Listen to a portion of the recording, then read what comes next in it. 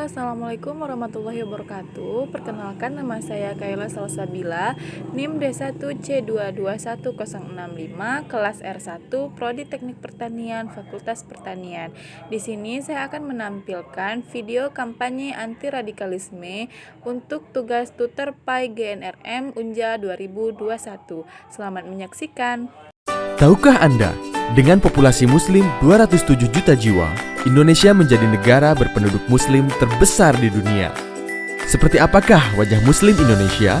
Untuk mengetahui perspektif sosial keagamaan kalangan muslim Indonesia, pada akhir Maret 2016, Wahid Foundation dan Lembaga Survei Indonesia mengadakan survei di 34 provinsi. Hasil survei ini membuktikan bahwa wajah Islam Indonesia adalah wajah Islam damai dan toleran. Berikut ini adalah buktinya. Mayoritas muslim Indonesia sebanyak 72% menolak tindakan radikal yang menyertakan kekerasan atas nama agama. 88,37% percaya bahwa setiap warga negara bebas memeluk agama dan keyakinan sesuai pikiran atau kesadarannya. 65,35% berpendapat bahwa negara harus melindungi setiap pemikiran yang berkembang di masyarakat. Dan lebih jauh lagi, dukungan kalangan muslim Indonesia terhadap Pancasila dan nilai demokrasi ternyata luar biasa tinggi. 82,3% menyatakan bahwa Pancasila dan UUD 1945 amat sesuai bagi Indonesia. 67,3% menyatakan mendukung nilai demokrasi. Tapi, apakah Anda juga tahu bahwa Indonesia menghadapi tantangan yang serius, yaitu menguatnya potensi intoleransi sosial keagamaan? Jika dibiarkan, potensi ini dapat berujung pada aksi radikalisme atas nama agama. Proyeksi statistik survei ini memperkirakan ada sekitar 600.000 jiwa pernah melakukan aksi radikalisme atas nama agama.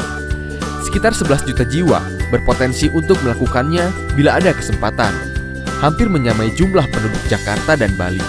Aksi radikalisme ini mencakup pemberian dukungan dana atau materi kepada organisasi radikal, sampai dengan melakukan penyerangan terhadap rumah ibadah pemeluk agama lain. Ingat, ini angka potensial hasil proyeksi, bukan angka aktual. Ada 3 hal yang berpengaruh signifikan atas potensi ini. 1. Pemahaman literalis atas konsep jihad yang dianggap harus menggunakan kekerasan. 2. Materi ceramah yang berisikan permusuhan dan kebencian. Dan ketiga, ketidaksukaan bahkan kebencian terhadap kelompok tertentu meskipun kelompok tersebut seagama. Tapi survei ternyata menemukan bahwa pendidikan, pendapatan, dan wilayah tempat tinggal di desa atau kota tidak berhubungan langsung dengan intoleransi dan radikalisme sosial keagamaan.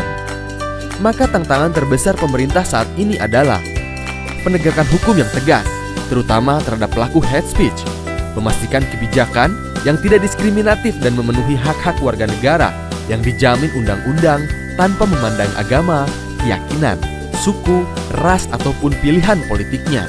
Pemerintah pusat dan daerah juga tidak boleh memberi dukungan kepada kelompok atau organisasi yang diketahui melakukan aksi-aksi intoleran dan radikal.